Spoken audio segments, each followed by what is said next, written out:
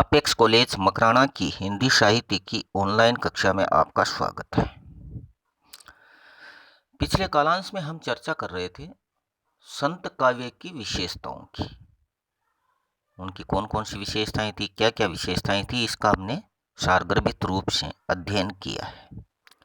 और आज के कालांश में हम कर रहे हैं संत काव्य धारा के जो प्रमुख कवि है उनके बारे में चर्चा कर रहे हैं। यानी संत काव्य धारा के प्रमुख कवि कौन कौन से हैं, उनकी हम चर्चा इस कालांश में करेंगे। तो देखिएगा कि संत काव्य धारा के सबसे अग्रणी कवि कबीरदास है। यानी संत काव्य धारा के सबसे अग्रणी कवि कौन है? कबीरदास जी है, जिन्हें कबीर पंथ का स्थापक भी माना जाता है। यानी संत काव्य धारा के जो प्रमुख कवि है वो कबीरदास जी है और इन्हें कबीर पंथ का स्थापक भी माना जाता है। कबीर हिंदी के सबसे महत्वपूर्ण कवियों में है। यानी कबीर हैं वो हिंदी के सबसे महत्वपूर्ण कवियों में है, जिनको लेकर आज भी नई नई खोजें हो रही है। यानी उनकी भी हिंदी में विशेष देन है, जिन कारण से आज भी उनके बारे में नई नई खोज हो रही है। आज यहाँ पर हम संत काव्य धारा के प्रमुख कवि है कबीरदास जी। उन कबीर जी की जो चर्चा है वो हम आगे किसी कालांश में विशेष तौर से कर लेंगे, क्योंकि वो आपके पाठ्यक्रम का विशेष हिस्सा है। तो उनकी हम चर्चा है, जो विस्तृत परिचय है, वो आगे कर लेंगे।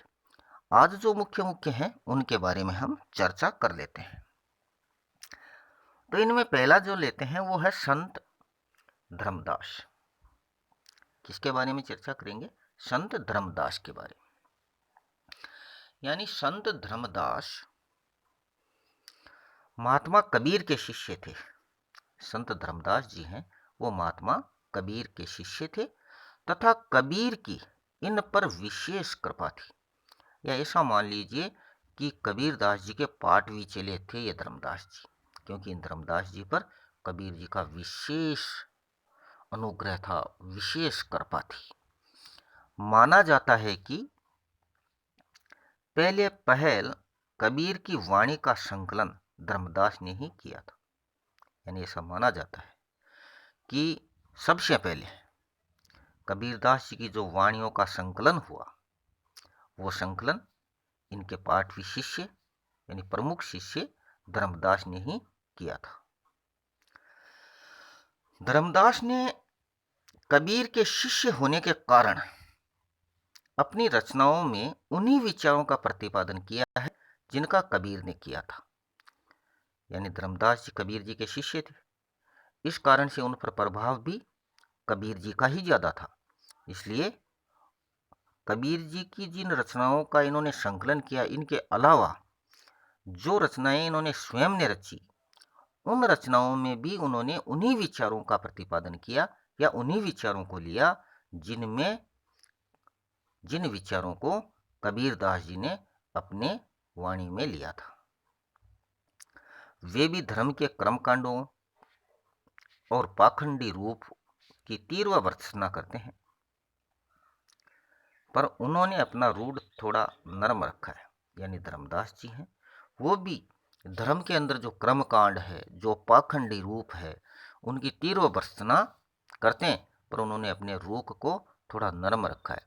कबीर जी की तरह उन्होंने अपने रूख को कठोर नहीं रखा, बल्कि उन्होंने थोड़ा सा नरम रखा है। उनकी काव्य भाषा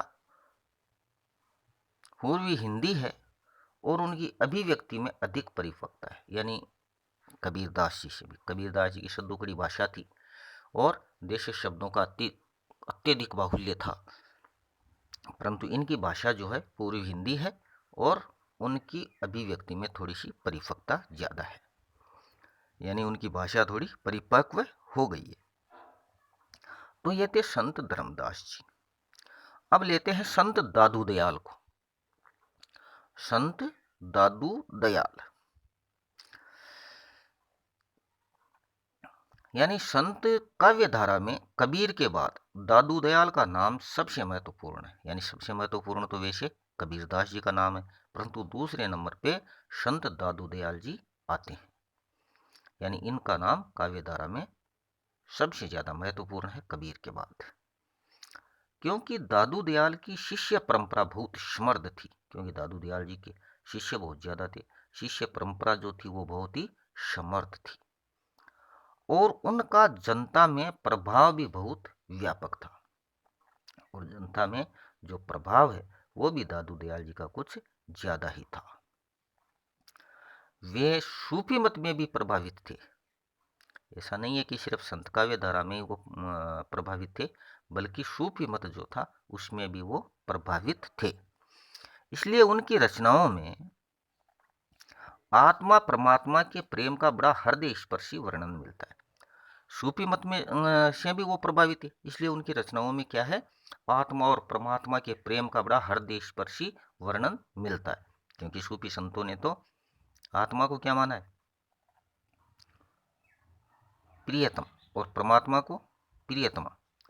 तो प्रियतमा को प्राप्त करने के लिए प्रियतम प्रयास करता है, यानी आत्मा परमात्मा को प्राप्त करने के लिए प्रयास करती है। सूफी संतों की मान्यता थी, या उन्हीं का मत था।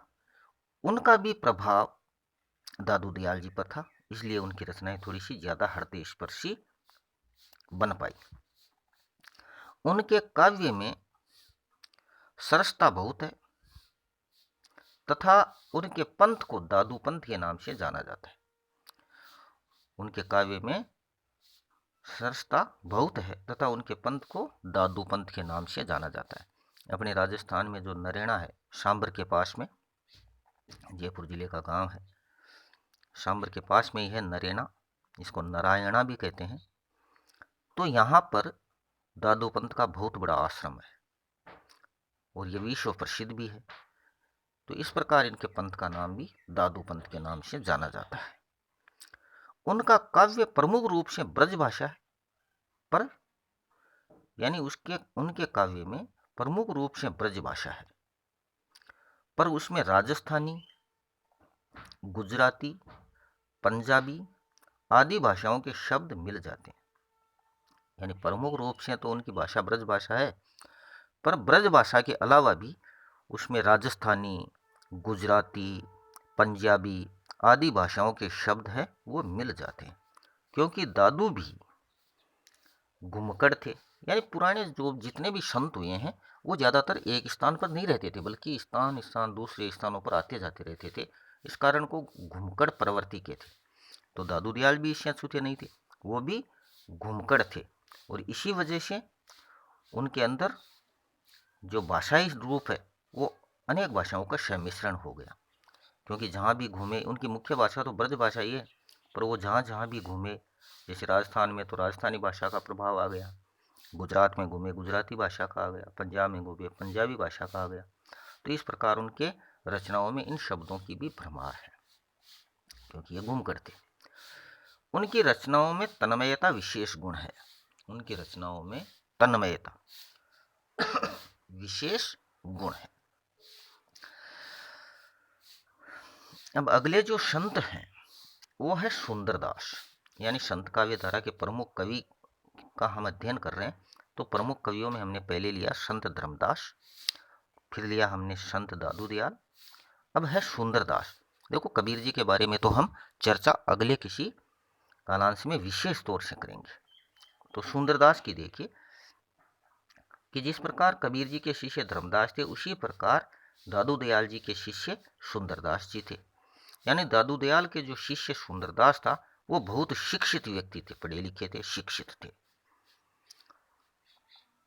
सुंदर विलास नामक उनकी रचना बहुत प्रसिद्ध है।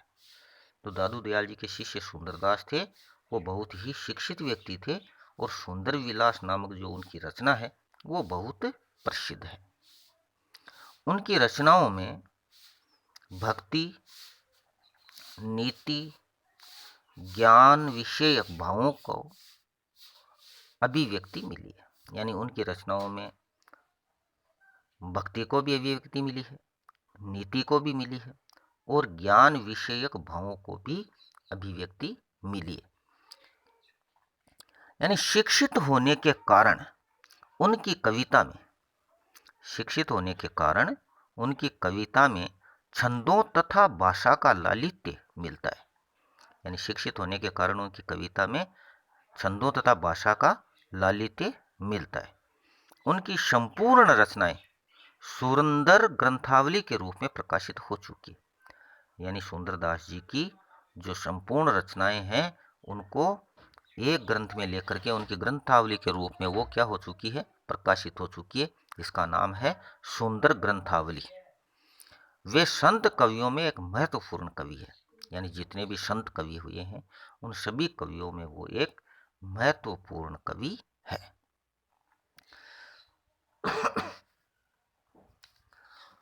अगले जो संत काव्य धारा के प्रमुख कवि है वो है मलूक दास। तो उनके बारे में हम चर्चा करेंगे, मलूक दास के बारे में।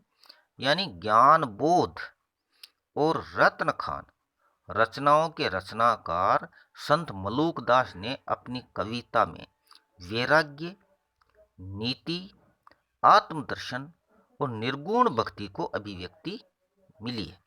यानी ज्ञान बोध और रत्न खान इनकी रचनाएं हैं दो मलूक दास की। इन रचनाओं के रचनाकार संत मलूक दास है और उन्होंने अपनी कविताओं में वैराग्य, नीति, आत्मदर्शन और निर्गुण भक्ति को अभिव्यक्ति दी है। यानी संत मलूक दास की कविता बहुत सहज और सुव्यवस्थित है। यानी जो संत मलूक दास जी हैं उनकी कविताएं बहुत सहज और सुव्यवस्थित है।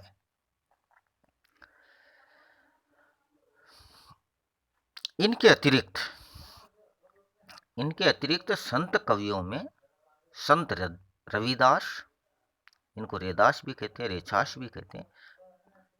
तो संत काव्य धारा के प्रमुख कवियों में जैसे हमने संत धर्मदास के बारे में पढ़ा, संत दादू दयाल के बारे में पढ़ा, सुंदरदास के बारे में पढ़ा, मलूक दास के बारे में पढ़ा, कबीर जी के बारे में और पढ़ेंगे। परंतु इनके अलावा भी कई ऐसे कवि संत कवि हुए हैं, जैसे संत रविदास है, संत रज्जब है, सहजोबाई है, धन्ना भक्त है। इनके नाम उल्लेखनीय है। इन संत कवियों के बारे में एक तथ्य और महत्वपूर्ण है कि इनमें से अधिकांश निम्न जातियों के थे। इन संत कवियों के बारे में एक तथ्य और महत्वपूर्ण है, वो ये है कि इनमें से अधिकांश जो संत कवि हुए हैं वो निम्न जातियों के थे। तो निम्न, इससे स्पष्ट है कि भक्ति आंदोलन ने जाति व्यवस्था की रूढ़ि को भी तोड़ने का प्रयास किया था। तो इससे ये स्पष्ट हो जाता है कि क्या स्पष्ट हो जाता है कि भक्ति आंदोलन ने जाति व्यवस्था की रूढ़ि को भी तोड़ने का प्रयास किया था।